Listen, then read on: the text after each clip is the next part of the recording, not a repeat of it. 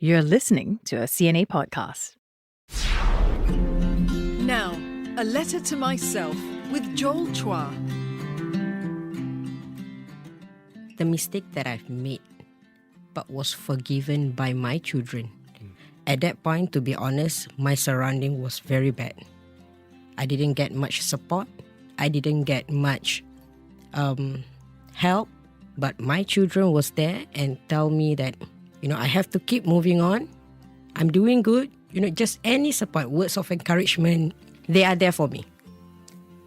Syamlia, a peer leader with the Singapore Anti-Narcotics Association, a mother of 3 who's battled drug addiction and has come through that fight stronger, wiser, and more self-compassionate than before. Well, she's also a peer leader with Sana, where she shares her experience and encourages other drug offenders who are fighting their own battles against addiction. Here's Syamlia on a letter to myself with her inspiring journey. So I was 22 and that was my first encounter with ice. But like I said, I tried to stop. A few months I succeed. I'll come back again to it. And then up to a point where, because I know how it felt like. Yeah. I know how the energy the ice gave me. Yes. So when I had 3 child and had go through that kind of lifestyle again, I told myself, hey, why not? I go back to this, so I have the energy to look after all my 3 children while working with the house chores and everything. But the addiction took over. Yeah. That's so interesting what you just shared, because for a lot of people, the typical story is that I took drugs to escape from the stresses of life, right? But for you, it was, I needed the energy to meet the demands of life. Correct. At what point did you feel that you needed to get out of drugs? Yeah, because the thing is that when you take this ice, right, you are so glued to it that you'll be hours in your room. And when your children come knocking on the door and say, Mommy, we need you, Mommy, we want milk. And it kind of disturbed my momentum of taking drugs. And as it goes on, I feel like, hey, I'm taking the drugs to boost the energy to entertain my child, but instead, I'm pushing them away to take my drugs. Right. So it comes to a point that I'm asking myself, so what's the use of these drugs then? It's supposed to glue me to my children. It was supposed to help give you the energy so that you could be what you considered a better, responsible mother for your children, to provide for them. But instead, I'm losing myself to the drugs. Yeah. And the children were in some sense losing a mother as well to the drugs. Correct. Yes. It was to a point where I actually lose myself as well, because I became emotionally unstable. I couldn't hear the children crying. I got annoyed or irritated too easily. That's where I told myself, I got to stop. But how? Yeah. Was it just you and the children in the household? I have a helper back then. But having a helper is to help my house chores. Sure. But then again, they're not there to emotionally attend to your children. Of course. So Yes. I'm supposed to be the mother that attend to them, Yeah. but I'm not there. Physically you were, but Physically, I was, yes. emotionally, mentally, you couldn't because of the drugs. Yes. Yeah. What was the turning point? To be honest, I couldn't turn around. I couldn't come back to the normal life until I was caught. So I was caught in a roadblock, and the police caught me, checked my urine, there's drugs inside. So I went in. I was very in denial at that point of time. We are supposed to be in for at least a week first to see whether you need to go through DRC or you can go out on a urine card. But And the urine card is? urine card is where every week you have to come down to the police station to send a sample of your urine. And I was hoping for that. Being very denial. I was telling myself, nah, I'm going to be out soon, man. Yeah. I'm not that serious. I'm not that far down the Yeah. road. Nah, I will be out soon. But the moment the police officer passed me the uniform to be inside prison, it struck me that, hey, I'm going to be in here for 1 year. 1 year? 1 year. You that knew was the what do you call it? that was the protocol. That was the standard, Yes, correct. That you have to go through 1 year of this program. right? DRC, Yes. the drug rehabilitation. Yeah? Correct. So it's not 1 month, it's not 1 week, it's 1 year. Yeah. How old were you? At that point of time, I'm already 32. 32. Okay. Yeah. And your kids? By this time, you had 3 kids already? Already have 3 kids. Okay. How old were they? When I got caught, they were like 10, 4 and 3. So suddenly my children's face came to my mind. But it was too late, right? I'm already inside. I couldn't handle myself. I was very emotionally disturbed that I'm here in these 4 walls. There's nothing I can do. I couldn't even hear the word mommy anymore. But then I think again, what is my next step? What's going to happen? Is my children going to forgive me? Will my husband at the point of time forgive me? Will my mom ever look at me the same again? Everything came to my mind. But there's nothing I can do. But just wait. The children obviously were front and center of your mind.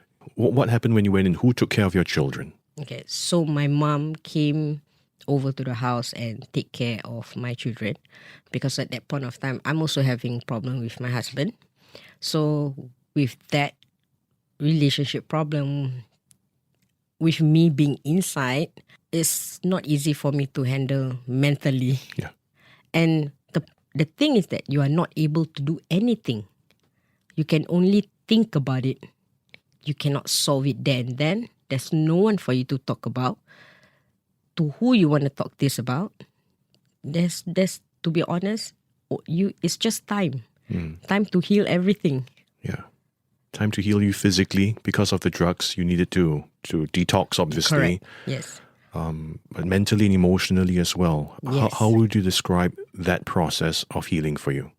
It was very harsh. Harsh in a good way. Because if I don't go through the DRC program, I think I'll be out there still taking drugs. But because they've washed off, detox out the drugs from me, right?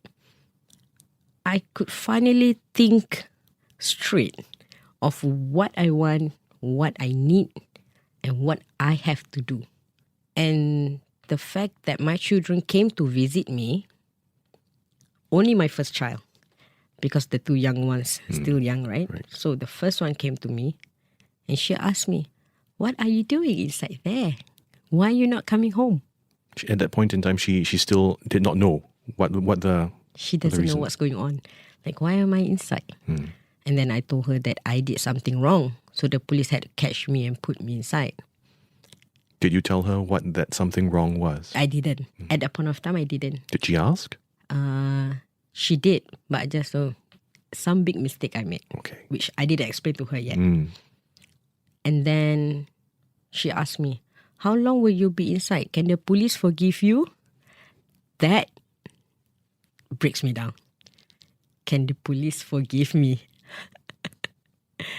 As pure as a children's feeling and thinking, I wish, I said. But I have to go through the punishment. This is the consequences I have to face. So, child being a child, she just asked me when I'm going to come out. I told her within 1 year, I'll see you later. So she writes me letters. 10 years old. 10 years old, she writes me letters. She say all the nice words, like, can't wait to meet you home. I'm doing homework. There's no one to help me. You're not around. And then, Miss feels sad lah. I feel sad. But I have to hold myself and tell myself, this time round, if I were to go out, I need to do something about it. And that is one aspect from my children. Another part of why I want to change is because when I was in prison, when they are talking among each other, the prisoners, they said something about selling the drugs to a primary school student. Wow. And at that point of time, I have this mindset of, yes, we take drugs, but we're adults. But if you dare to sell the drugs to children, what happened to our children in future? Because you had such young kids as well. Yes. So that was I couldn't take it. I was thinking about my children. What if somebody were to sell her these drugs and she doesn't know what is it? As an adult myself, when someone showed me eyes, I thought there's nothing illegal. Why not? Let's try. Curious. What about her at her age? It's very concerning.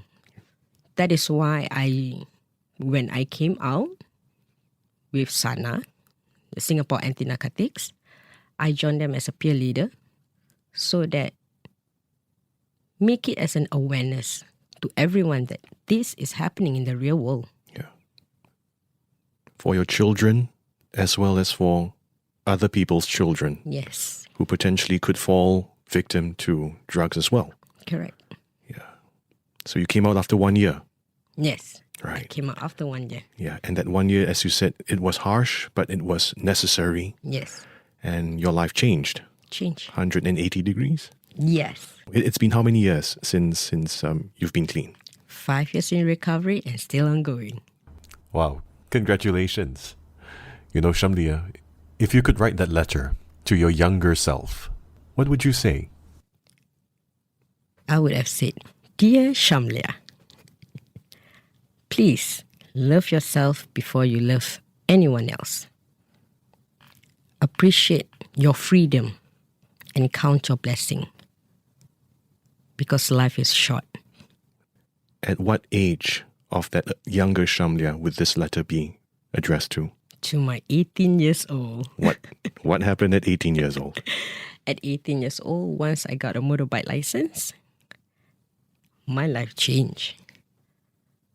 Totally joined the wrong group of people.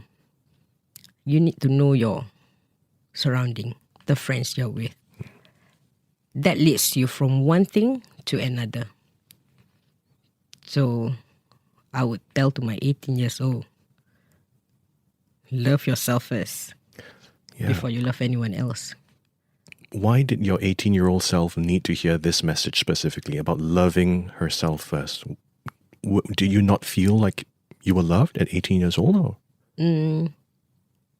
I was always there for everyone. But I was never there for myself. Who was everyone else that you were there for? My friends, my parents, my workplace. At that point of time, I'm just F&B manager.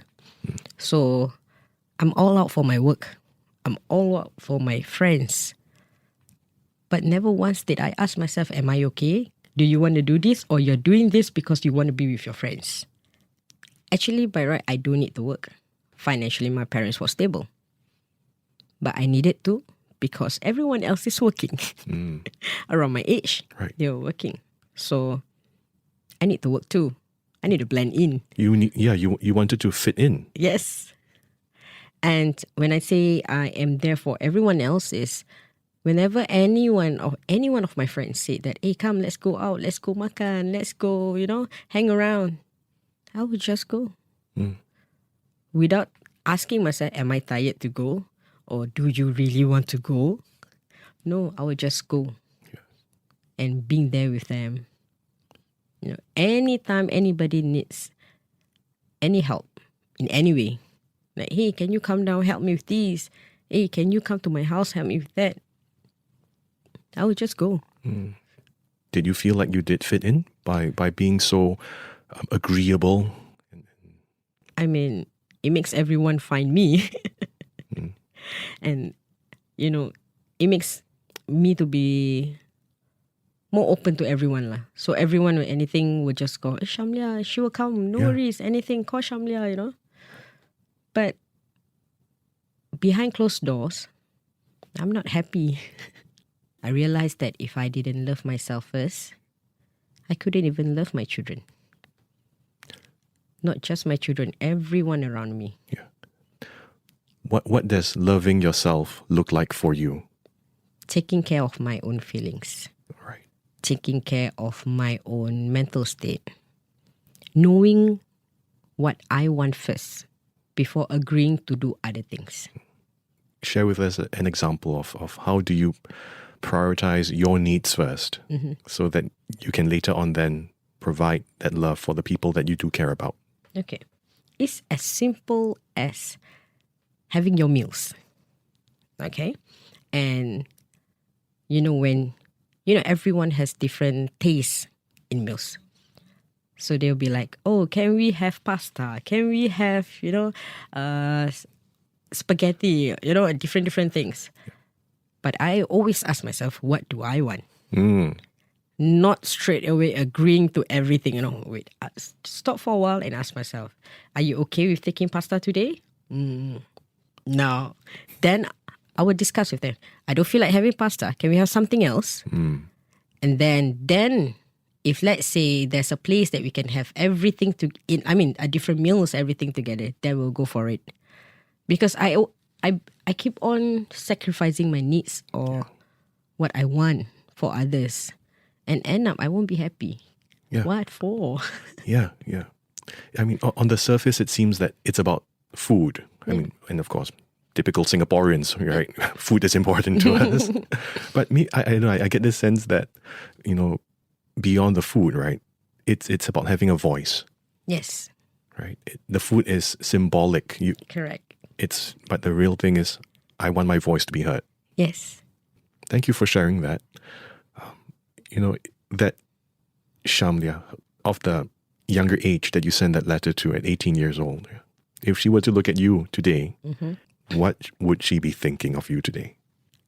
If my 18 years old were to look at me now, wow, nothing is impossible, huh? Night and day. Yes. It's very different from who I am when I was back in 18 years old. And because of prison, I think I appreciate my freedom more now. How would you describe the Syamlia of today? If there could be just one word that describes you of today, what would that be? Resilient. Resilience. Tell me more. Any obstacles, any difficulty that I face in life currently now, I will try my best to not find the easiest solution, but the best solution for me and my family. If a few years back you were to ask me about this, any difficulty or any obstacles in my life, I would always take the easiest way out or run away with it. Right. I mean, everybody do that sometimes, Yeah. Just run away from the problem. But now I am like, there's a problem. Let's talk about it, discuss about it, and what are the options that I have. And then I choose the best solution. It's still something that I'm working on. But I think that's the best far version of myself. Yeah, it's something that you're working on, but I have this feeling that in working on this intentionally and with grit and resilience, you are much further down that road or much further up that road than many of us are. To be able to stay in that space of discomfort, right? Because when problems come, it naturally makes us feel uncomfortable, and the natural instinct for a lot of us is, find a way to quickly get out of this area of discomfort, right? Easy solutions, or just run away from it. Correct. Right? But then the resilience, like you said, it's about staying in that zone of discomfort for a little while longer so that you can find not the easy solution, but the best solution. Yep. Yes. Yeah. Your children are how old now? Now they are 15, 10, and 9. Okay. Would you be comfortable sharing what your relationship with them is like? Okay, for my first child, because she's 15 now, so she's in her teenage phase. So I had to be more of a friend with her. I actually told all my children to be open up, to really open up and be vocal with me. If there is something that we are not happy as a family, they are now better in, Mommy, whatever you said just now hurts my feeling. Can we talk about it? You know, it's not easy. As a mother, I have my own ego and pride. A mother is also a human being at the end of the day. Yes. Yeah. So sometimes I'm not aware of the mistake I made or the mistake I said that hurts their feelings. So how's my relationship to them is very open. I need them to tell me if I'm hurting them, or they also need to tell me what they need me to do. Sometimes they just want a listening ears. Sometimes they need help in advising solution for them. So I don't get that from my mom. My mom is always a solution kind of person. So I want to give them the space, the safe space for them at home, that they will never get it outside. How are you doing that? I mean, you talk about the open communication, Yes. right? What other ingredients need to be added into that idea of open communication for them to feel safe in sharing with you? I actually explain to them my mistake that I've made. I share with them my experience. And then I tell them, you see, because of what I did, this is the consequences I have to face. And I also explain to them, if only I took the other route, maybe the result will be different. And this is where discussion come up. Now we'll talk to them, what do you think I should do back then? Right. And children, they have very creative ideas, you know. They will come up with different ideas. And this is where I actually learn their mindset. I need to go into their mind. Sometimes it gets very deep. And then I had to, okay, they're getting deeper into my life now. Because I need to be transparent with them. Very transparent, where I will tell them what is my goal. I will tell them what I hope to achieve in 5 years down the road. As a family, I think we need to align. So my children, I also will tell them what I expect from them. But of course, I keep telling them, this is just an expectation. If you reach to that expectation, it's a bonus. But if you don't, I will see how hard you work for it. Effort counts. But before I go for any interviews or any public speaking, I will actually ask all three of them if they are embarrassed or feel ashamed. You know, you have a mother who is a ex-drug abuser. Lucky for me, all three of them said, no, go ahead. We are so proud that you've changed. I'm very thankful, actually. Very thankful that God given me 3 lovely children can accept me. You're listening to A Letter to Myself on CNA 938. We are continuing our chat with Syamlia, who's sharing her story of overcoming an addiction to drugs and how her love for her children and the love of her children have been instrumental in that brave fight. She continues now with what she'd say in a letter to her future self. Keep going. Never stop. Nothing is impossible. Keep going. The reason why I would like to write that letter, because it's not easy to be in recovery for 5 years. And there are people who goes on and on. Addiction is a fighting. You have to fight with yourself until you pass away. It's not as easy as, after you reach 5 years, you're done. No. Addiction is something that is, once you're on it, is life-changing. You have to fight for it. So I keep on saying, keep going. Because I've been clean for 5 years. I don't want to stop at 10 or stop at 12 years, you know. I need to keep going. And there are times where I did want to collapse. When life is never easy. But I need to keep going, right? And I keep telling myself, I've come this far. I do not want to break myself or lose myself just because of one small mistake. So keep going. And that's all it takes. One small mistake. One small mistake. A one yes or a one let's go. That's it. This journey ahead of you, like you said, it's a lifelong journey. Who's there with you to help you on this journey? Currently now I have a few. Other than my children, other than my best friend, there's this one person, a friend of mine. He has been in and out of prison many times since young. And the last admission he went in, when he came out, he totally a changed person. But if you look at his surrounding, no one trusts him anymore. But this man doesn't stop. He keep going. And when he does something good, it's not for anyone else, it's for himself. Which when I look at him, if he can do it, why can't I? And if I were to put myself in his shoe, I would have broken down. It was, to me, it's emotionally and mentally tortured. But he keep on going. Right. Like what you said, like nobody trusts you anymore. Yeah. Is that the most torturous part of it? Yes. Because to me, trust is a very important thing.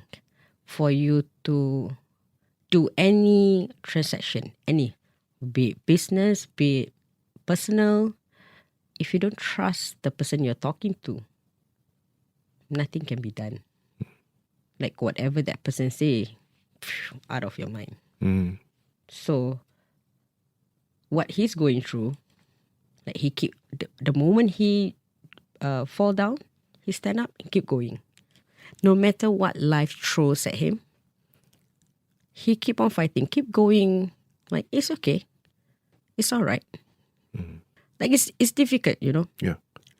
When I came out of prison as well, it's very difficult for me to adapt to the society. Everybody looks at you one kind, like, you know, oh, this person is from prison. I only go in once. He went in a few times. But how did he do it? Yeah. I'm getting the sense that for you, you're looking at the quality of the fight. For many people, it's a long road. For many people, you know, there's going to be some setbacks along the way. Yes. And it's whatever setback it is, you know, it's about picking yourself up again. Yes. Keep going. To keep going. Move forward. And he always tells me that he likes to encourage and motivates me whenever I have that little setback. Keep going. You can do this. You've been here for how long? Keep going. Let's go, you know. And these are the kind of thing that keeps me going as well. Motivates, encouragement. Same as my best friend who also give me words of encouragement. Hey, I heard you've been for 5 years, clean, good job, you know. It helps. To be honest, this small little encouragement words helps a lot for people who are like us. Having a community or at least healthy relationships along this journey, that helps a lot. Yes. It makes a lot of difference actually. If you're being in a negative kind of surrounding, it's difficult for you to keep moving or move forward. You will tend to doubt yourself. Whereby we always have insecurities of ourselves, you know. You always doubt how we can survive this, how we're going to do this, do that. When you have negative people around you, it will tend to make you overthink. So... And you yourself are part of a community with Sana. Yes, right? I am. Share with us a little bit about that work. Okay. So I've been with Sana Peer Leader also almost about 5 years. And this helps me more because it gives you a purpose. Okay. By telling people my stories is to show others out there who are still struggling that if I can turn around my life, so can they. And if they think that they are alone, They are not. We are all in the same boat. Maybe just different colored boat lah. But we are all in the same kind of life. Why I joined the peer leader is also for myself. I still need the help from them to tell me that, hey, you are not alone in this. Yeah. Like Sana, peer leaders, they are all wonderful. All different kind of story comes to one. Help each other out, encourage, motivates. I don't know how to express my thank you to everyone. It helps my journey actually. There you're listening to the very inspiring Syamlia, mother of 3, peer leader with the Singapore Anti-Narcotics Association, sharing with us her journey of resilience, love for her family, and as she tells her younger self, love for herself as well. My sincere thanks to Syamlia for joining us on A Letter to Myself. I'm Joel Chua, and this is CNA 938. Thanks so much for listening to this episode. You can subscribe and follow A Letter to Myself on Spotify and Apple Podcasts. And leave us a review as well if you liked what you've heard. Till next week, I'm Joel Chua, signing off.